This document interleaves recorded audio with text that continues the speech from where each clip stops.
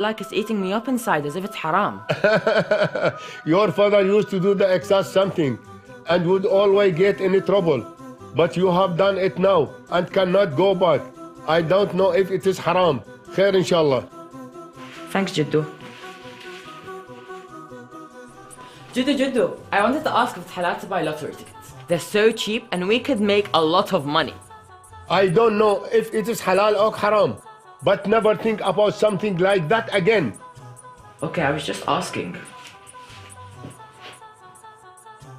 Jiddu. تعبتني, what do you want now?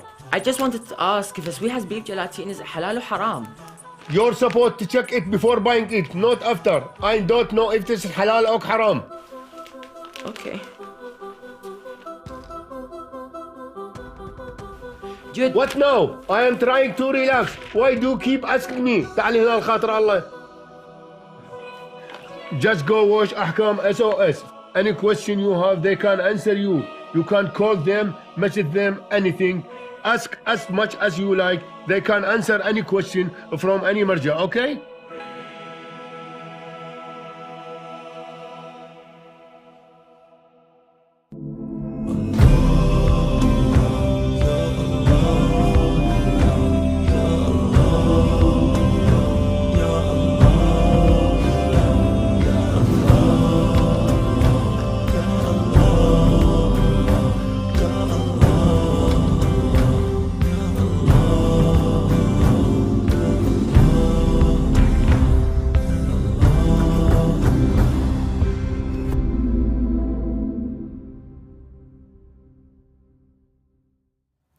Assalamu alaikum wa rahmatullahi wa barakatuh, and welcome to Ahakam SOS, the show that discusses Islamic duties and practices.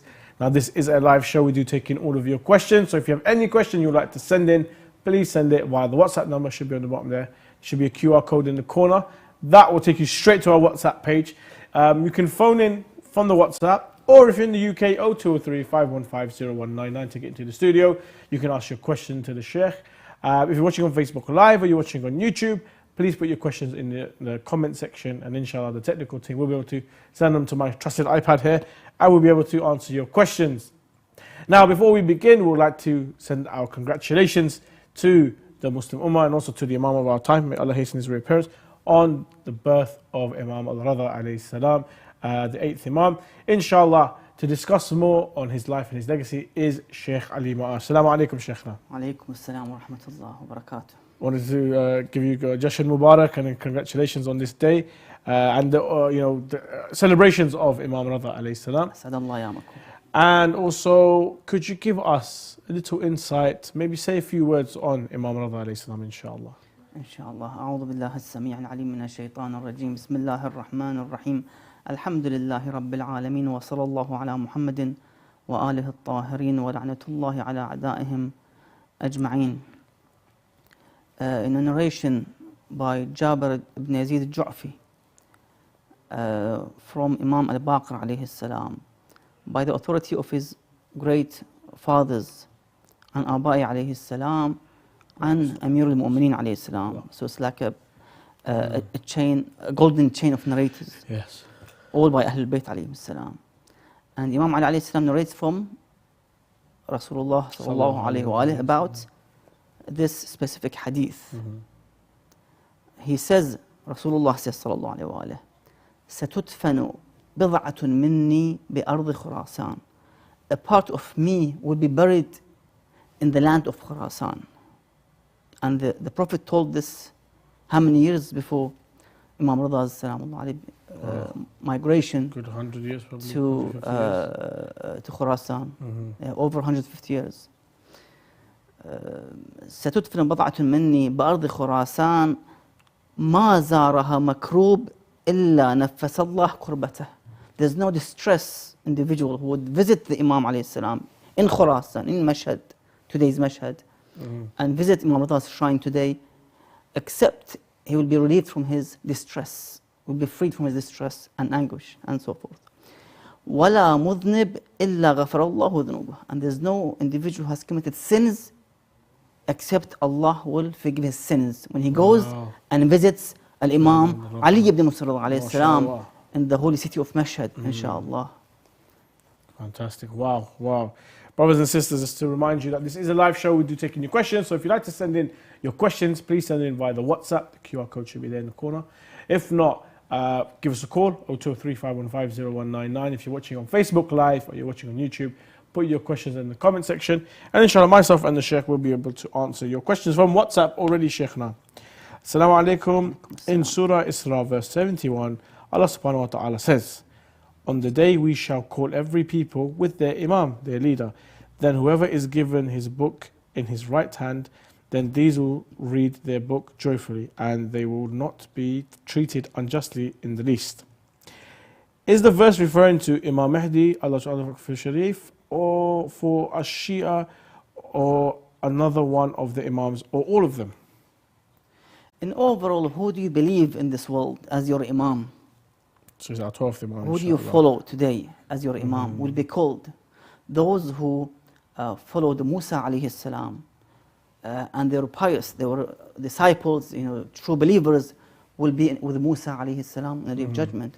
Those who followed Isa alayhi salam, his disciples, his followers, the true believers, would follow Isa alayhi salam. And those who followed Muhammad sallallahu alayhi wa sallam in his time, who were truthful believers and disciples, will be with Muhammad sallallahu alayhi wa sallam. And as follows with Ali and to the Imam Mahdi Ajjallahu Farjahu al-Sharif.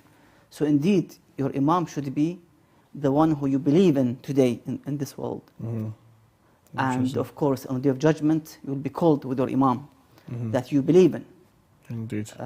So indeed, of course, you have to have the aqidah of all the A'immah, Ithna Ashar. It's not just one imam. Yes. Or 6 imam, or just 4 imams of Ahlul Bayt. No, you have to have the belief of Muhammad wa Al Muhammad, the 14 Ma'soom, infallibles, salamullah alayhim, in which 12 of them are imams of Ahlul Bayt alayhim salam. Question from YouTube, Sheikhna. Am I allowed to go to a girl's birthday party just to drop off a gift? So when I go, give a gift and leave. Is that okay? To drop this gift on the doorstep, somebody picks up the gift, it should be fine. As long as there's no haram committed, which means by looking at the opposite gender lustfully, intentionally, with bad intentions, it's just a drop, should be fine. Fair enough. Sheikhna, if a person who is not obliged to give zakat al-fitra pays it voluntarily, such as a son who gives it on behalf of his father or a friend who pays it on behalf of a friend, does this discharge his obligation? Yes, indeed, they can do so. Pay zakat al-fitra on behalf of somebody else. Let's say donate or pay instead of they pay. So that should be fine. Another question from YouTube. When we wash our face during wudu and the bangs of our hair get wet, is our wudu valid? The bangs are normally the curls. I think I consider the bangs, I'm not sure. But when we wash our face during wudu and the bangs of our hair get wet, is our wudu valid? Yeah, it should be fine. These are not part of the mubtalat al-wudu, invalidity of wudu, so they should be fine. From YouTube, Assalamu alaikum, Sheikhna. Sorry, this is WhatsApp. I recently read online that I was not sure, is sleep paralysis caused by a jinn? No, it's not. Sleep paralysis is caused by sleep paralysis, but Sheikhna, for you to elaborate a little bit more. Sleep paralysis, when you're sleeping and then you can't move, is that caused by a jinn? You see, we have, the Quran mentions, min sharr al-waswas al-khannas, waswas, whispers. These creatures have no access into our souls and body. They cannot access and have control. Best thing one should refer back to the medical experts, indeed, and see experts with this regard before making any assumptions and conclusions as a result. So yes, there are ad'iyah with this regard to repel, to push away, the evil and so forth. Reciting the two surah, An-Nas and Falaq, Ma'udatain, great to repel all these evils. But to have control on my body, that's something we haven't seen or read before. So one should basically try to cure these illnesses and sickness to see medical experts first. If transferring a deceased Muslim to Muslim countries entails great difficulty, is it permissible to bury the body in cemeteries of non-Muslims from among the followers of the revealed religion, that is Ahl al-Kitab, according to Ayatollah Sistani? His Eminence mentions that, well, it's not permissible for the one who is a Muslim, who is a faithful, and he passed away, to bury him in a non-Muslim graveyard. They have to be buried with the Muslims, be it in the West or in the East. It doesn't matter. What is important that they are buried in a Muslim graveyard. But the Sayyid mentions that out of necessity, if it's something one is obliged to do, so he's got no choice, for example. Of course, the exceptions would be last resort, for example, for this purpose. Fair.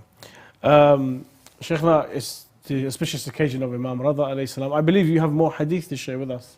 Inshallah, yes. There's another hadith and narrated by Abi Salt al-Harawi. Abi Salt is one of the disciples and Ashab al-Imam Ridha alayhi salam, one of the pious ones, one of those who saw the Imam before his departure and Shahada, who witnessed the Imam before he passes away. So Abi Salt, he narrates on Imam Ridha alayhi salam that the Imam himself said, in a long hadith, of course, I just take a part of it, فَمَنْ زَارَنِي فِي غُرْبَتِي, the one who visits me in my exile, because the Imam was forcibly taken from Medina, his headquarters, to Tus, Khurasan, as a result of the tyrant government, the Abbasid government in his time. They took him from Medina all the way to Khurasan. So the one who visits me in my exile, وَجَبَتْ لَهُ زِيَارَةِ يَوْمَ الْقِيَامَةِ, it would be wajib on me to visit him on the Day of Judgment. And how important it is that for the mu'mineen to be visited by a prophet or by a vicegerent of the prophet, by a wasi, to save the one from the horrifying scenes of the Qiyamah. إِذَا وَقَعَتِ الْوَاقِعَ لَيْسَ لِوَقَعَتِهَا, it's great horrifying day, يوم القيامة. So we need that support by these great individuals to come and take our hands into a safety in a peaceful place. So the Imam would visit the one who visits him in dunya, he will revisit him on the Day of Judgment. Then the Imam says in long hadith, لا يصلي أحد منكم عند قبري ركعتين إلا استحق المغفرة من الله عز وجل يوم يلقاه. There's no one who comes into Mashhad in Khurasan and prays next to my grave 2 rak'ah, minimum 2 rak'ah, except that he will be deserved to be given Allah's forgiveness on the day in which he will meet Allah Azza wa Jalla on the Day of Judgment. So he will be forgiven, in other words, when he faces Allah on that crucial and great day of judgment. Then the Imam says, again, long hadith, إن زوار قبري لأكرم الوفود على الله يوم القيامة. Indeed, the visitors of my grave are the most, let's say, blessed visitors and groups on the Day of Judgment. Wow. So they are the VIP groups on the Day of Judgment. Ahsant. Assalamu alaikum. Sheikh, more questions coming in from YouTube. Why do Sufis dance in mosques? I wouldn't consider it a dance, but I know what they're saying when they spin around and so forth. Are you aware of the practice? Yes, I've seen. I mean, what's the philosophy behind it? I think we have to forward the questions to them. Yes. Yes. Good answer. Good answer. Ask the Sufis why they do it. Don't ask us. We don't do that. From YouTube, Assalamu alaikum, Sheikh. Does Surah, this is Surah Tawbah, Surah 9, verse 105, refer to Imam al-Zaman when Allah states that the believers will observe our deeds? Do you want me to pull up the ayah for you? We have to see the Arabic. I think that would be better. I'll get the ayah right now. Inshallah. It'll make life a lot easier for everybody. Surah Tawbah, which is number 9, verse 105, is right over here. There we go. Would you like me to recite it, Sheikh? Inshallah, yes. Bismillah ar-Rahman ar-Rahim. وَقُلْ اعْمُلُوا فَسَيَرَى اللَّهُ عَمَلَكُمْ وَرَسُولُهُ وَالْمُؤْمِنُونَ. Indeed. You know this one. Yes, we have this belief that all our deeds are being watched by Allah Azza wa Jal, Yes. and is given the delegation or the permission to be seen by the Prophet sallallahu alaihi wa alihi, and by the Ummah alayhi salam as well. Because we have Malaikat Hafidhin, Kiram Katibin. There are two angels who record our Yes. deeds, every single Yes. deeds. So Allah cannot, na'udhu billah, give this delegation or power to the Prophet or the Imams to watch our deeds. Allah has given this power to them because they are greater than the Malaika, than those two angels who watch our deeds, recording our good and bad deeds. So yes, indeed, the Ma'soom watches our deeds. And we have many narrations with regard that our a'mal are presented to the Ma'soom every like Monday or Thursday, something like that, you know, given specific days and times that they watch and they look into our a'mal. So we have to be very watchful and careful for our deeds, that we don't commit a sin or even an oppression, dhulm, against others. Shaykhna, if transferring deceased, if a person has a lot of doubts in wudu prayer, ghusl, etc., what should he do? According to his eminence, the Grand Ayatollah Sistani. The Sayyid mentions that one should not pay attention to his doubts and shak, because now we have an individual with kathir al-shak, who continuously does the shak in salah and ghusl and wudu. They have to ignore their shak. Because as I've mentioned before, in the hadith by Imam Sadiq alayhi salam, that he says that this is from shaitan. And the shaitan is whispering into this individual that, oh, repeat your wudu, it's wrong. You know, your ghusl is wrong. So he keeps repeating and repeating for maybe hours and hours. So one should ignore, and then of course and consider that his wudu or salah or ghusl is valid and sahih. That's the best way to cure it. From YouTube, Assalamu alaikum Shaykhna. I have a group of friends. Some of my friends are female as well. Am I allowed to go to restaurants with the group? As we are all friends, we don't have any lustful act. So Shaykhna, happens a lot with males and females. Let's say at university, even at work, Friday, the weekend is over. Oh, let's get together, let's go out, let's have some food.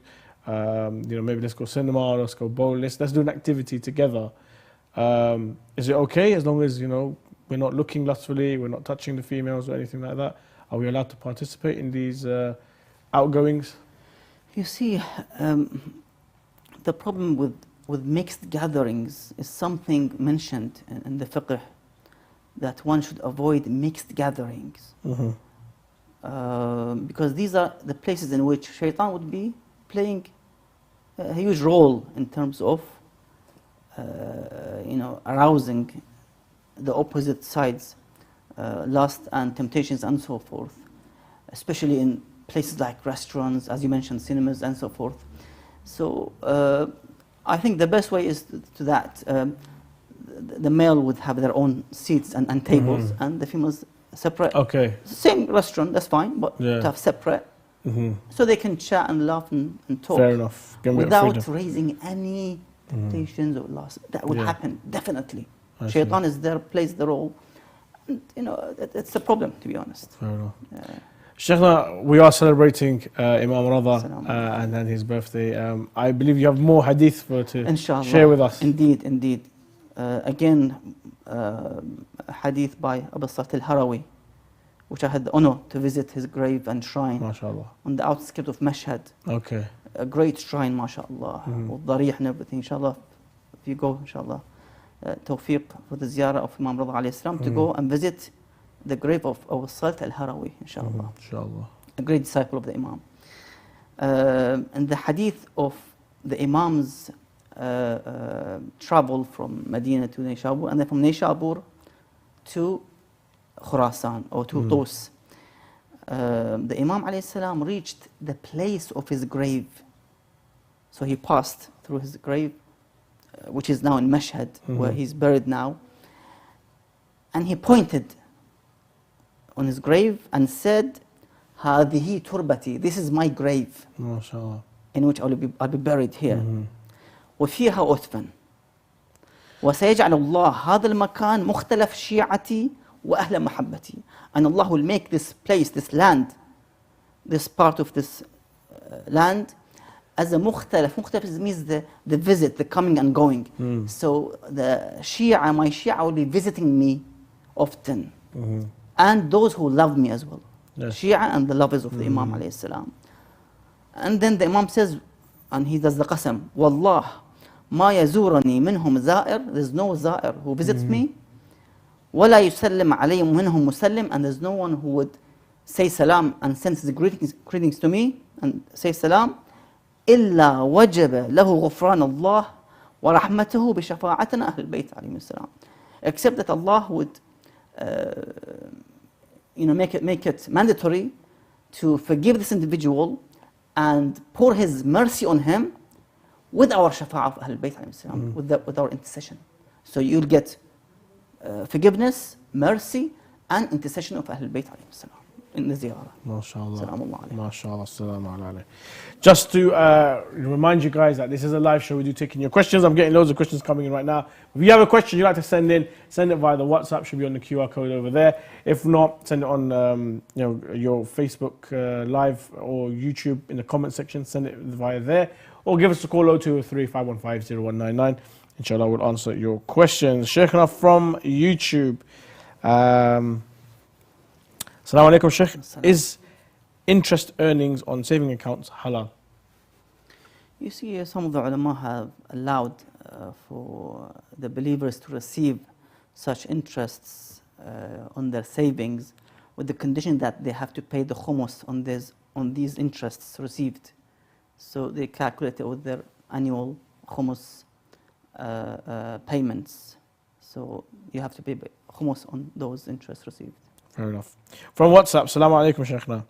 I have a question about divorce. If a husband divorces his wife without letting her know about it, and she wasn't wearing hijab in front of him or wearing clothes which aren't appropriate because they live together, will it be her sin or his? Thank you. Sheikhna, getting a divorce without your wife knowing, I don't think that's even valid, is it? Can you divorce your wife without her knowing? You have to inform her. Because she might be in her cycle, and the divorce cannot take place it's not valid. In the cycle, in the monthly cycle period. And if he had intercourse in that month, let's say, when she was, let's say, purified from the cycle, she cannot be divorced from this individual while they had intercourse just a few days ago, let's say, for example. So there are conditions in terms of divorce that they have to know exactly. Inshallah, we'll have a show on it, inshallah. And the haram in terms of the hijab, of course, she is responsible for not wearing the hijab. The sin is up to the individual who commits the sin. Speaking of monthly cycles and so forth, when a woman is on a monthly cycle, this is from YouTube, can a woman enter the masjid when she's on her period? No, she's not allowed. No. Okay. Yes. Is there something about going into the courtyard, or she's not even allowed to go through the court? Oh, no, that's men, isn't it? With janaba. No, she can't go inside the mosque. But she's not allowed anywhere near the mosque, just the outside. Outside, yes. Fair enough. From WhatsApp, Assalamu alaikum, Sheikhna. Allah says in the Quran, I am your only guardian. How can you explain why we say Imam Ali is our wali when Allah subhanahu wa ta'ala says there is no one other than me? We have to understand, we have to gather the ayat. We can't just ignore one ayah and stick to one ayah. We have some ayat which says, for example, that the shafa'ah is only by Allah Azza wa Jal. Yes. Can you stick to this ayah? No. And you say there's no shafi'. Yes. Except Allah. You see other shafa'ah? إِلَّا لِمَنْ ارْتَضَى. Allah would give shafa'ah. He wouldn't give the shafa'ah except to the ones who He is pleased with, who deserve it. Yes. And they are Muhammad wa Muhammad. So we have to gather the ayat, use the knowledge, use the ulama, use the mufassirin, the pious ulama to see what they said, without making any wrong conclusions and findings. We have to go and ask those who know. فَاسْأَلُوا أَهْلَ الذِّكْرِ إِن كُنتُمْ لَا تَعْلَمُونَ. Fair. Sheikhna, if a person has a lot of doubts, we've done that one, how should the Imam in Jama'ah act when there is a person wishing to join him while he is in ruqoo? Yes, indeed, it's mustahab for the Imam al-Jama'ah to basically, when somebody joins the salah, let's say, in the middle of the salah, and second, to basically to wait for this individual to join the imam. Let's say in the ruku', mustahab for the imam to prolong his ruku', maybe twice. Yeah. Maybe saying more dhikr in the ruku' until that the ma'mum would join and be able to join the jama'ah straight away. So it's good for them to wait to make sure that you have more musallin behind you. Inshallah. Sheikh, now before we go to a break, a hadith again on Imam Ridha, inshallah. Yes, indeed, this time by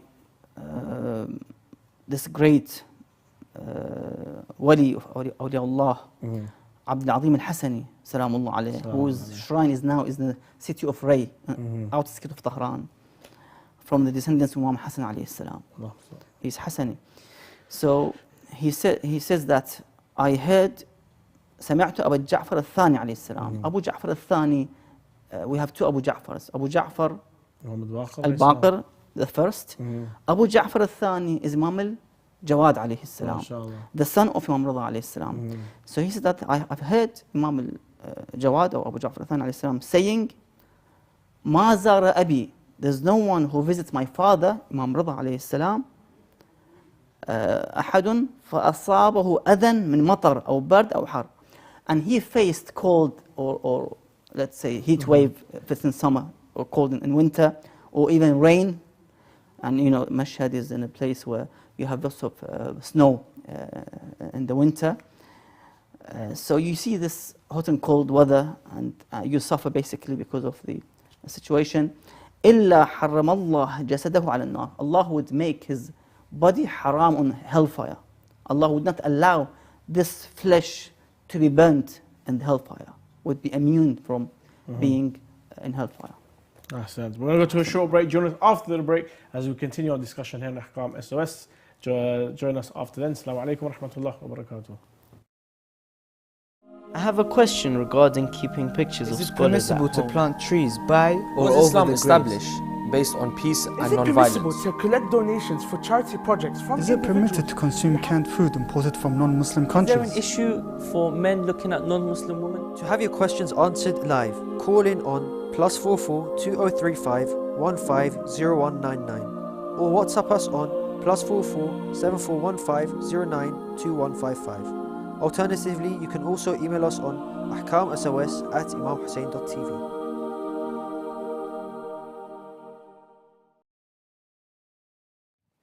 Yes, if you have a question you'd like to send in, please send it in via the WhatsApp. The number should be there, the QR code in the corner there.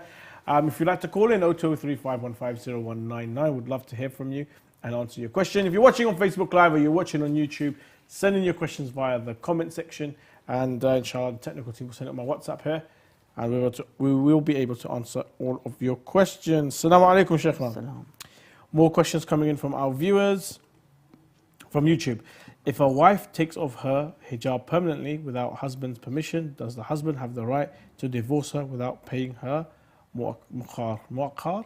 I think it's mahar. Well, you see, the best way or the best thing is to do is to see an expert in this field with regards to the marital disputes, to talk to the office of the marja' that you follow, for example, and to raise the issue to the marja' himself, for example. That's the best way, rather than just trying to avoid not paying her mahar, for example, or to kick her out of the house, for example. Yeah. One should find best solutions for such disputes, inshallah. Fair enough. From WhatsApp, Assalamu alaikum. My question is, what Islam says about Isfand, which is widely used in Iran. What are the benefits of burning Isfand?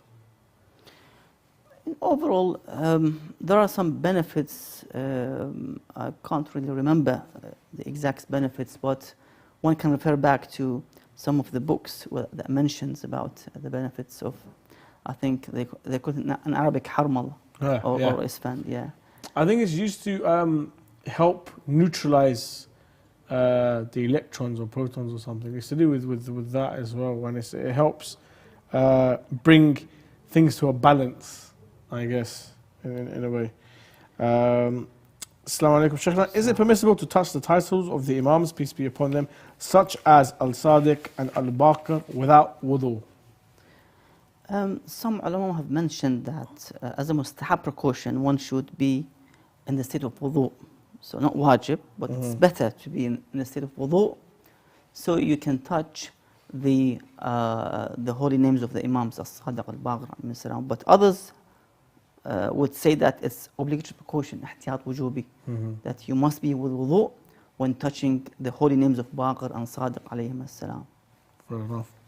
Shaykhna, do we have any more hadith in regards to Imam Ridha alayhi salam? Yes, indeed. Again, by this wali of awliya Allah, Abdul Azim al-Hasani alayhi salam, he says, سمعت أبا جعفر الثاني. Again, he heard Imam al-Jawad saying, I think we mentioned this hadith, عن ابن أسباط قال سألت أبا جعفر عليه السلام. Ibn Asbat asks Imam al-Baqir alayhi salam, Abu Ja'far al-Baqir alayhi salam, or if it's al-Thani, then it's Imam Jawad alayhi salam. So, because now he says, Walidak, your father, so it's Imam al-Jawad alayhi salam, Abu Ja'far al-Thani. He says, مَا لِمَنْ زَارَ وَالِدُكَ بِخُرَاسَانَ. What would be the reward for the one who visits your father in Khurasan? The Imam al-Jawad alayhi salam replies, Al-Jannata wallah, Al-Jannata wallah. By Allah, paradise, by Allah, paradise. For the one who visits Imam Ridha alayhi salam in Khurasan. That the Imam alayhi salam are giving some kind of assurance and guarantee that the one who visits the Imam in Mashhad would gain paradise, surely, inshallah. Inshallah, ahsant. Sheikh, more questions coming in from our viewers from YouTube. I became in the state of janaba and didn't know that ghusl had to be performed. So all my prayers during that time, were they invalid? And if they were, I have no idea how many salahs they could be. You see, if you have missed salah because you haven't done ghusl as a result, which means your salah now is batil, the salahs you prayed previously is batil, you have to see the minimum. What is the minimum that you're sure about? Let's say it's 1 month, 30 days, for example, that you prayed without doing the ghusl janaba, for example. Yes. Then you do 30 days and not 40 days. So it's between 30 and 40, you just do 30 days qada of the salawat in which you prayed without ghusl wajib. So this is how we would deal with the issues. Fair. From WhatsApp, is there any restrictions for women to wear trousers having a long bottom so that it comes under our feet? So the trouser doesn't stop at the ankle, it goes all the way down to the bottom of the heel. You see, we don't really have something called trousers for ladies as part of the hijab. It's a bit difficult to make that decision by the faqih. What is important that she wears something wide, jilbab, a wide, like something like a chadr or abaya. It's to cover the shape of the body. Exactly, they have to make sure that they cover the shape and the curves of the body. That's very important. So if the trousers shows that in somehow, it's problematic. So they have to be very precautious with this regard in terms of wearing the trousers. And yeah. From WhatsApp, in certain cases, some government agencies demand that autopsy be performed on the body of the deceased to establish the cause of death. When is it permissible to agree to their demand and when is it not? Shaykhna, autopsy, I mean, to be honest, I'm sure you're aware, in this country, in the UK, when someone passes away, the body has to go to the hospital and the doctors have to do a check and determine the cause of death and they write it on the certificate. If it's if the person, God forbid, has been poisoned or something, they need to notify the police to say this is how this person died and a crime was committed, or this is how the person died and there was no crime committed, or simple, this is how the person died, and so forth. Islamically speaking, is this okay? Because sometimes they open up the body, they cut up the body, they have a look at the organs and so forth. Is this allowed? Or is it allowed in certain circumstances, or is it not allowed at all? I mean, best way for them is to ask the permission from the office of the marja they follow for this purpose. that, are we allowed to do this, for example? Can you give us permission? Because there was a crime committed, we need to find, for example, those who caused this crime to take place and occur. So best thing is to ask permission from the office of the marji' about any issues, let's say samples they want to take from the hair, from the skin.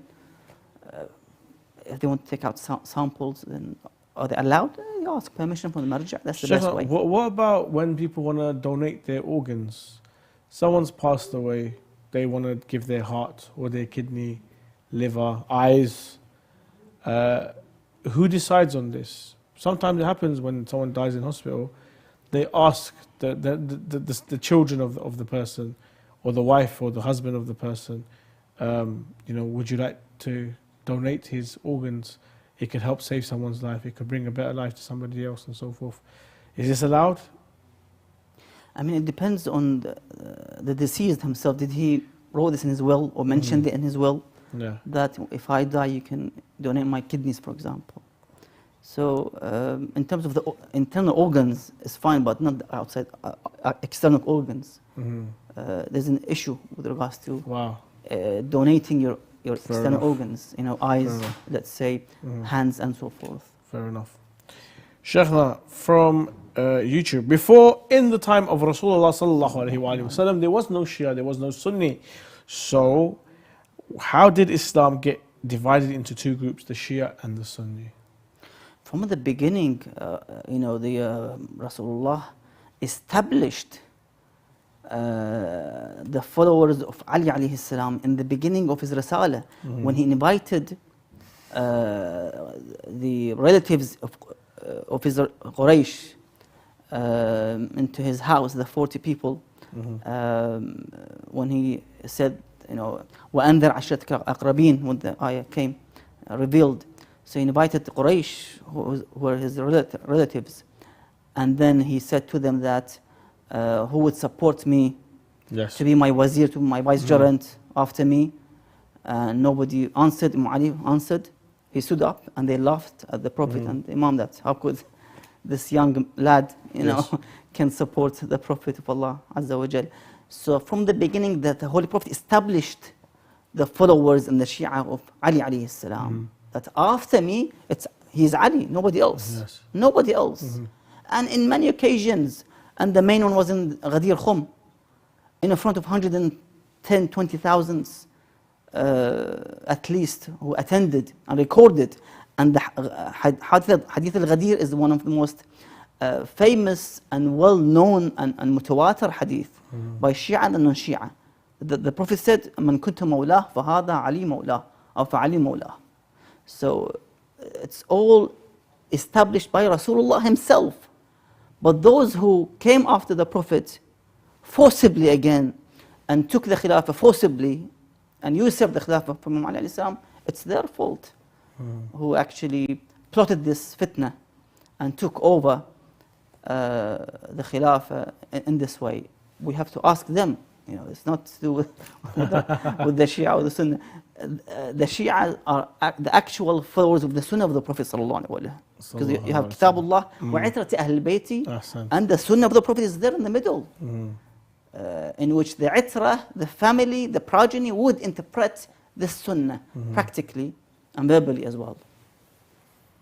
Next question from YouTube. If I have the intention of mut'ah just to avoid any haram act with a girl, the girl is not Muslim, so I need to be friends with her first, so after I tell her about mut'ah, is the time period with no sigha? Okay, I guess what he's trying to say here is that, is it okay to speak to a girl, get to know her with the intention I'm going to do mut'ah with her, and then, be married with her?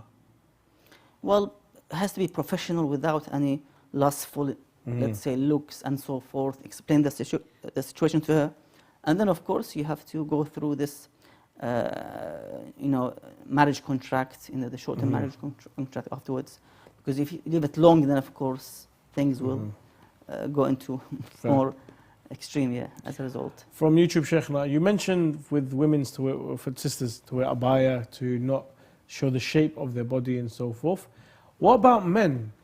Are men allowed to wear tight clothes, especially if they men who do bodybuilding and so forth, who have big chests and arms and so forth, can they wear tight clothes which will show off, their body and physique? Of course, even men, they have to be modest in their look, in their outfit, in their clothes. So they have to make sure that they don't cause that kind of fitna or iftitan as a result in the street. You can't walk just with a short in the street. Bare chest, bare legs, anyhow. So they have to be also modest and to respect themselves and the others as well around them. Speaking on mut'ah, a question here from YouTube. Bismillah. Is a mut'ah permissible with non-kitabi? So a non-Christian, a non-Jewish, a non-Muslim.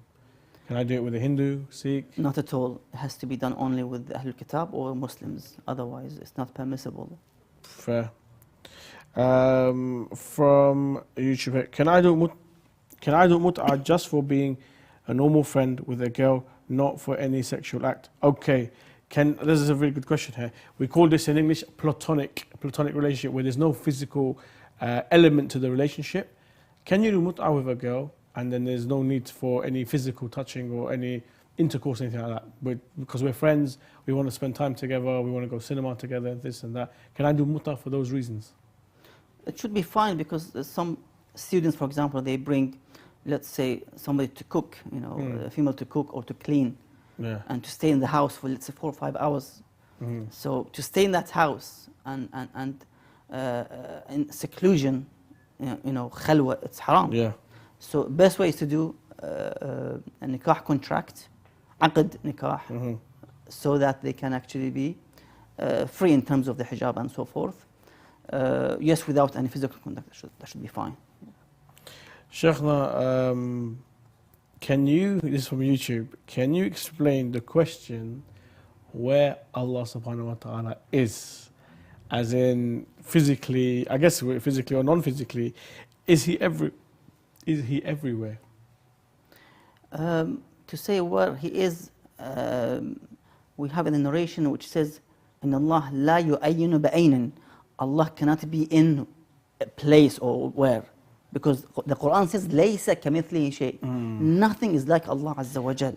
Yes. So we have to, take out this kind of notions that Allah is somewhere, physically. He's not physically. He's a creator. He's not part of the creation. Otherwise, he's part of the creation. I think where we differ, especially with other schools of thought, the Salafs. We don't believe in a physical being of Allah. We don't believe that He has hands, feet. He's not what they call corporeal. He's not a physical body. Nor is He someone where He can be found as in physically found. He's like to sit on the throne. Allah's sitting on the throne. No, He's not sitting on the throne. I mean, if He sits on the throne, then that means He's not in that place, or He's not over there, or He's not over here. He cannot be confined by physical time, space, and volume and matter and so forth like that. Allah subhanahu wa ta'ala is outside of these things. He's greater than time, He's greater than space, He's greater than volume, He's greater than area and surface and so forth. I mean, these, let's say in the Quran, على العرش استوى يد الله فوق. These are all to show Allah's power. يد الله or على العرش استوى means He took the power. His own, He has the power of everything. So we have to understand that Quran has metaphor, has, if you want to interpret the Quran with its real meanings, then it's going to be a great problem. You're going to fall into the tajsimullah Azza wa Jal, embodying Allah Azza wa Jal, as the Wahhabis did. Sheikhna, do you have a final hadith from Imam Ridha or anything? Indeed, there's some narrations mentions that the one who visits the Imam alayhi salam, he would visit them when the books are given, the books of deeds are given, and in the day of judgment, in the Mizan. We have this hadith that the Imam alayhi salam, with his merciful heart, would come and visit the mu'mineen in such difficult and crucial time that are needed, because they went all the way to Khurasan to visit the Imam Al-Ridha alayhi salam, sincerely, honestly, عارفا بحقه in some روايات, that they know, they acknowledge that he is the Imam معصوم من قبل الله عز وجل, and we have to, obey this Imam because he was appointed by his grandfather Rasulullah sallallahu alaihi wasallam, yes, as vicegerent, as Khalifa, as Imam, مفترض الطاعة. Inshallah. Ahsant. Ahsant. Thank you very much, Sheikh. Thank you to all of you for joining us on this episode of Ahakam SOS. If we didn't answer your question, we do apologize. We had a lot of questions come in. However, those questions will be forwarded to the next episode, which will be on Monday, 7 p.m. here on Imam Hussein TV, Sky Channel 789. That's 7 p.m. UK time, GMT. Also, if you have a question you'd like to ask, please send it in via the WhatsApp. The QR code should be over there somewhere. And inshallah, you can join us on the next episode here on Imam Hussein TV 3. Assalamu alaikum wa rahmatullahi wa barakatuh.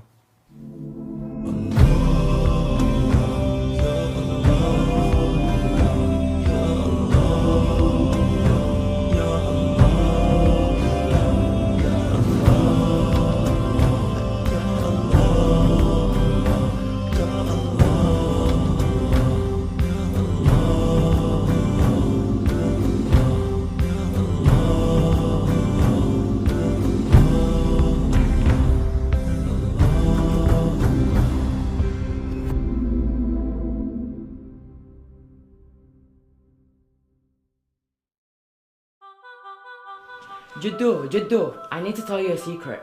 I had an exam today and I cheated on the exam, and to be honest, I feel like it's eating me up inside as if it's haram. Your father used to do the exact something and would always get in trouble. But you have done it now and cannot go back. I don't know if it is haram. Khair inshallah. Thanks, Jiddu. Jiddu, I wanted to ask if it's halal to buy lottery tickets. They're so cheap and we could make a lot of money. I don't know if it is halal or haram, but never think about something like that again. Okay, I was just asking. Jiddu. تعبتني, what do you want now? I just wanted to ask if the sweet has beef gelatin, is it halal or haram? You're supposed to check it before buying it, not after. I don't know if this is halal or haram. Okay. What now? I am trying to relax. Why do you keep asking me? تعالي هنا الخاطر الله. Just go watch Ahkam SOS. Any question you have, they can answer you. You can call them, message them, anything. Ask as much as you like. They can answer any question from any marja, okay?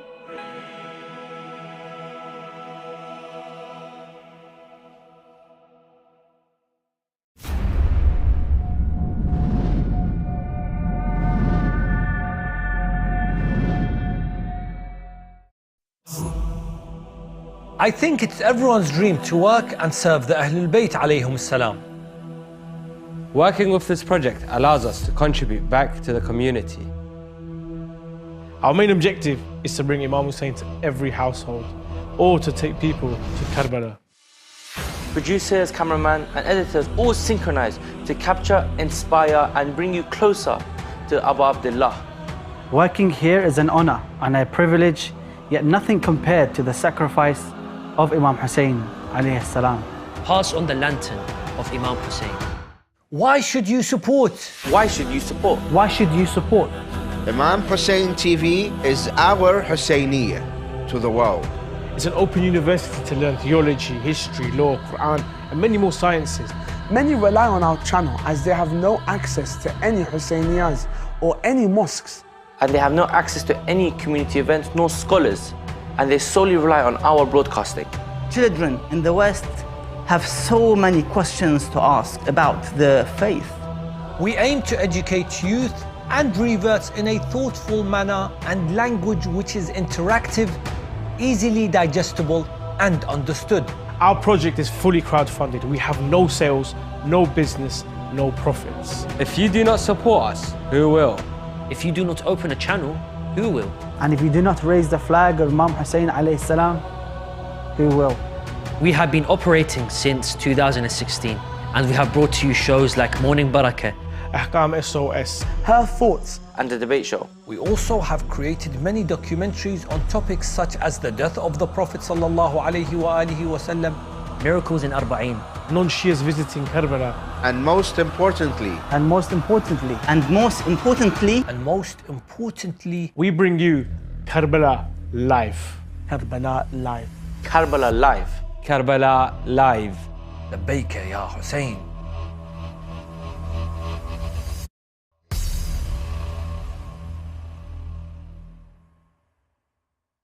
With more and more victims of war and poverty, the Middle East has seen a surge in patients seeking medical aid. Iraq alone has 2.4 million people without access to any form of medical assistance. In Afghanistan, due to the lack of funding and devastating conflict, the health service is at breaking point. Imam Hussein Charity aims to help provide a better future for these impoverished patients, aiding them with finances for their prescriptions as well as dialysis of their kidneys. You can help our brothers and sisters with purchases of prescriptions for just £20, and for £200 help a patient with a dialysis procedure. To donate or for more information, visit www.imamhusseincharity.com.